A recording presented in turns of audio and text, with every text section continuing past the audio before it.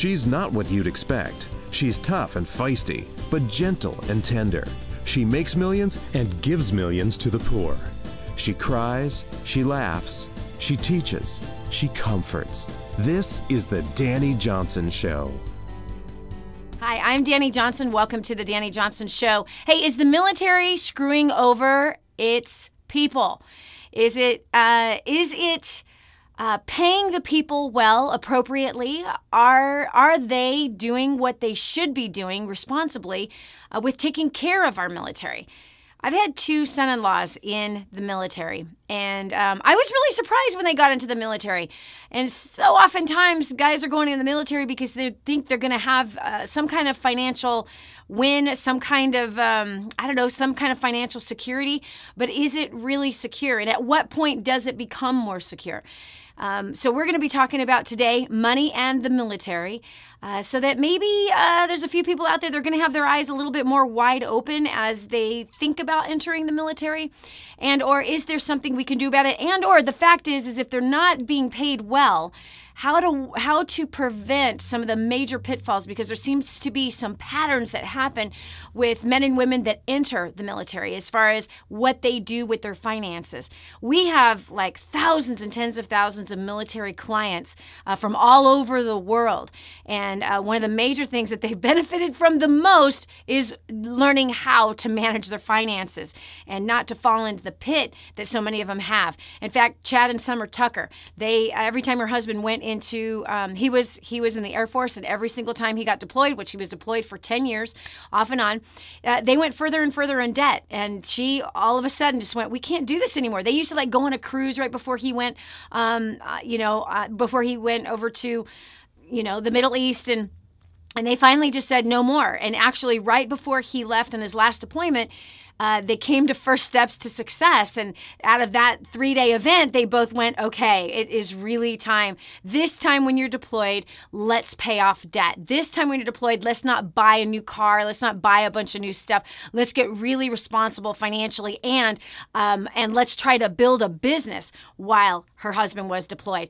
And they did this. And literally, they paid off 6 figures worth of debt in less than 2 years and grew their income on a little side business from $65 a month to $65,000 a month.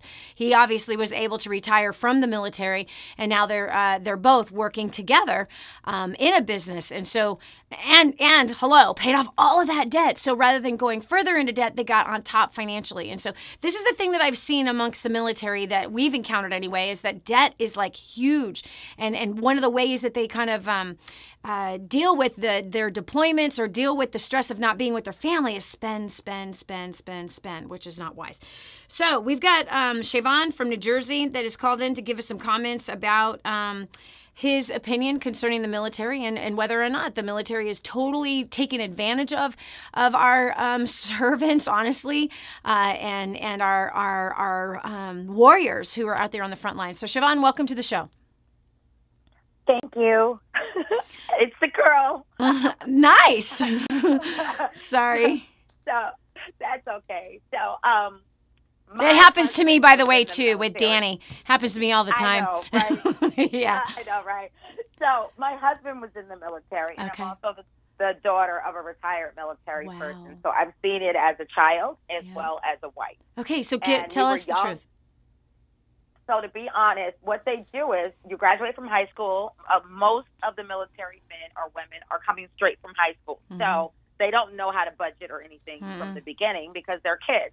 So wait, time out. Is it because they're kids, or is it because their parents failed to teach them how to manage finances? Yes, and I do believe that, and that's the problem is that most of them that are going straight from home into the military are going because they're not in a financially sound home to begin with. So they obviously, a lot of them come, and that's someone who lives in San Diego where the whole area is almost a military base. Yeah. That they bring them into the military. They come from mostly a poor environment, as my husband did, and they're struggling all their entire life. So they're looking for a place for room, board, and to give them a better way. Yeah. So now they're going into the military, they're getting room and board and 3 meals a day, and then they're getting $300 every 2 weeks is the average of what an E1 to an E3 was making back in the 90s, let's say, when my husband was in, without kids or wife or anything. Wow. So now you're used to not having to pay any bills, so what they're doing is they take their $300 and they blow it because they don't have to pay bills. So now, again, they're not learning to pay bills. There's no conversation about how to budget your money. Every corner, there is a place that all you need is your W-2, and there's payday loans on every corner like a 7-Eleven. Yep. So if you do blow through your money, you can always take a payday loan and borrow off next week's paycheck, so you're always in the hole. Wow. And then you get married, and then you have to do the same thing over and over again. So we struggle most of our early years in marriage because it was a sick cycle that continued because you never got anything or any rules of, hey, you're 18 years old, you might not know, but there's some financial planning classes. But let me tell you about it. And then you renew your contract, you get a $6,000 bonus check, and you go and you blow it. Clothes and shoes exactly. and But you know all what? the stuff you couldn't afford. Exactly. But Siobhan, this is what I found to be really interesting. So when my son-in-law entered the military, he had to buy his own uniforms. And these were expensive. Like you have to buy your dress uniform. You have to buy, I don't know what you call the other uniform, the camouflage uniform, your own boots. And this stuff is not cheap. Like there isn't like a discount. Like someone's making money on the uniforms. They're not selling to them wholesale. They're charging full retail for these uniforms, and these kids don't have any money. So I mean, that blew my mind. Like, oh, okay, you are required to wear this, and by the way, you got to buy it. Like, what? Yes. You got to be kidding me. And you got to buy it from this supplier. They're totally making profit on that thing. I mean, I'm not stupid. These things are expensive. What they're charging them, but they're not that expensive to make. I mean, in some of the uniforms, yes, but not their dress uniform. Give me a break. Anyway, I literally have watched that same exact thing that you're talking about, this horrible trap. And I beg to differ. I know people who came from I know some very smart kids who came from very provided for homes that have entered the military also. So I don't know that it's just all those who come from poverty. I've seen some, kids that graduated with 4.0s who grew up in homes that were six-figure homes that chose to enter the military. And same thing. Like the bottom line is that us parents, I'm saying us as a whole, we taught our kids how to manage their money. Whether or not they choose to follow those directions is totally on their own head. But the bottom line is our school system and the parents have failed to teach the kids how to manage money. But instead, the parents are living foolishly financially. The teachers are living foolishly financially. And so therefore, the kids are living foolishly financially. And the saddest part about this is what you said. They're pretty sure they're like, okay, room, board, I got $300 a week or whatever it is now. And they don't even realize that, dude, that's going to like slip away like nothing. And these people end up with a crazy amount of debt. We've got Anita from Missouri next. Anita, welcome to the show. Well, thank you for inviting me. Yes. Yeah, we actually have a different experience. My husband did not go into the military until he was 38 years old, and so he was sitting with me one night, and we were talking about our regrets in life, and he told me he had two regrets. One of them was not joining the military when he got out of college, and the second regret was something else. And so I told him, I said, you know what, here's the deal. You are not going to blame it on me or the kids. We're going to be fine. If this is a dream and you feel like it's in your heart to go out and serve our country, then you need to go and do it. Wow. And so he went and he decided instead of joining as an officer that he could because of his degree, he decided to go full-blown and enlist at the age of 58. So he went to boot camp and the whole bit. Wow. And that was in his heart. And as far as money is concerned, it wasn't always about the money for us. It was about what was in his heart and about serving. There are certain challenges that we've experienced with the military. We're in the Kansas National Guard, and he's now a captain. And obviously there is some concerns about the way that the military does. I do think that they can tweak some of the things that they do regarding how much time they require of people, especially who are part-time. I know he's spent hours and hours and hours doing extra work and doesn't get paid for it, and all of that. So from that is the downside. But the upside is it's really helped us our insurance. We love the military insurance. It's been a positive thing for our family and has helped shave some of the costs that we would have had to pay because we're both self-employed now. And so we utilize that and tap into those resources as well. So it's great. He does say that they do have financial planning resources. He's never tapped into them before, but he does say that the military have resources to help people that need help. That would be financial. What, you know what's so sad is why don't people tap into that? I mean, I think that's actually that's admirable that the military actually offers that. That they're offering. Well, I don't know about financial planning.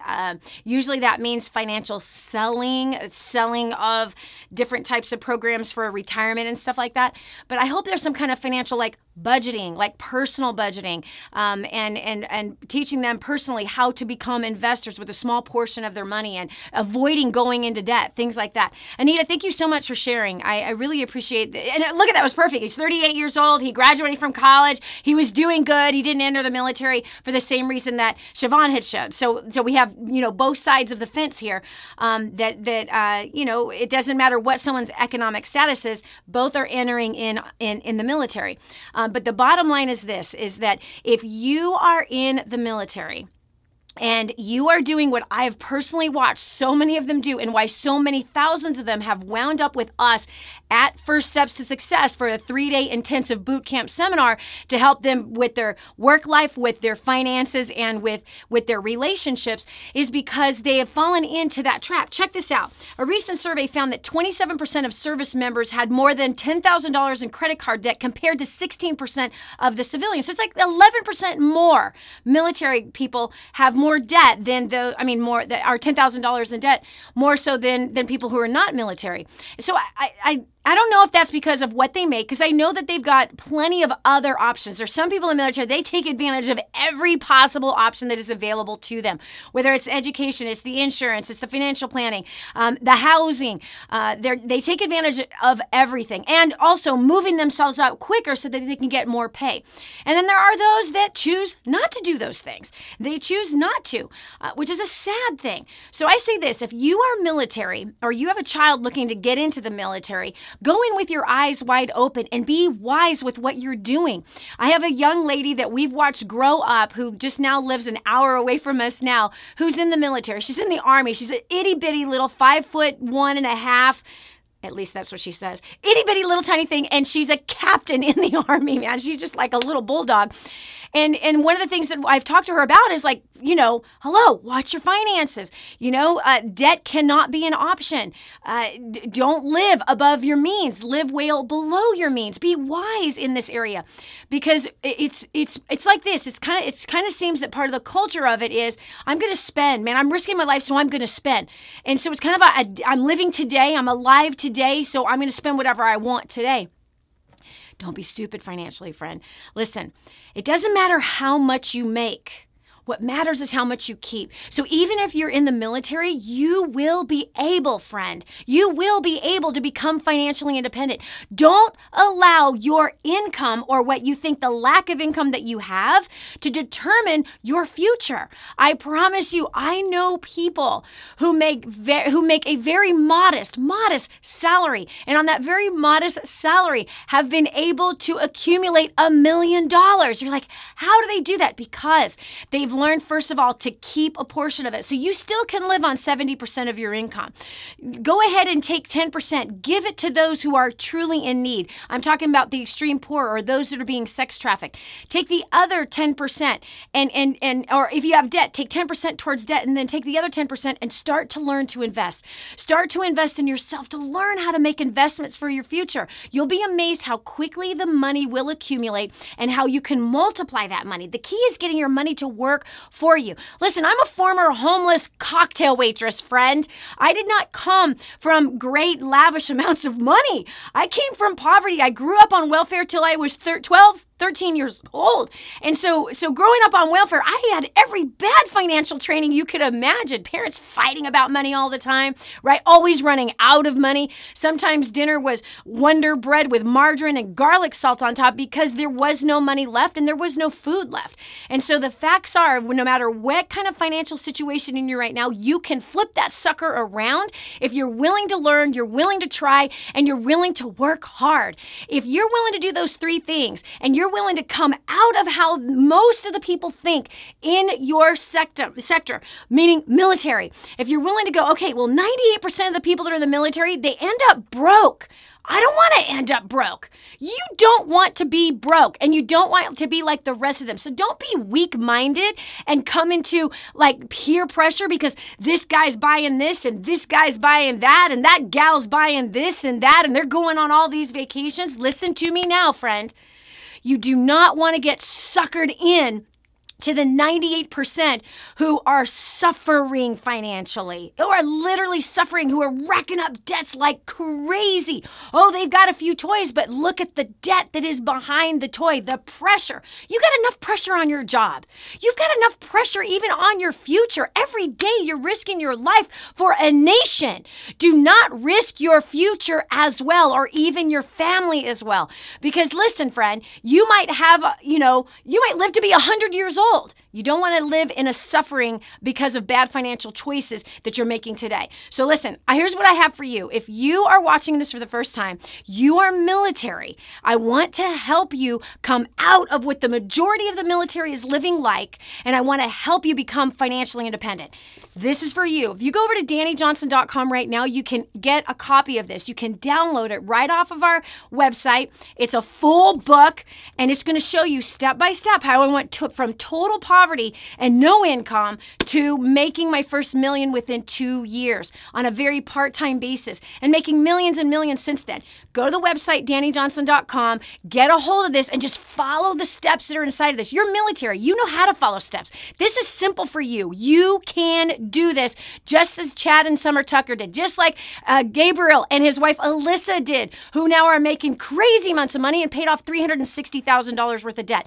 You can do it too. It's all inside of this. Go to DaniJohnson.com, get a hold of First Steps to Wealth, get your copy today, and start living a life that you're going to have peace and knowing and security and knowing that you're going to win bigger than all the other guys that you're working with and gals. Other than that, thanks so much for watching today. God bless you, and we'll talk to you soon. Bye-bye.